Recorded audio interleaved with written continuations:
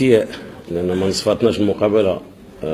ما يمكن لي الا نهني اللاعبين على المقابله اللي قدموا، ولكن ما نصفاتناش المقابله بحكم اننا تحكمنا في طيله المقابله. الفرص ديال التسجيل عند الوداد كانت بتاتا غايبه، ما كايناش من غير الضربه الثابته اللي عطات الهدف.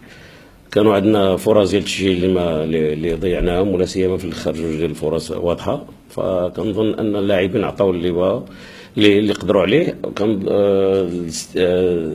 لا بوسيسيون دو لا بال كان ديما عندنا، مي لا بوسيسيون دو لا بال ما عمرها كتكون هي اللي كتحسم في النتيجه.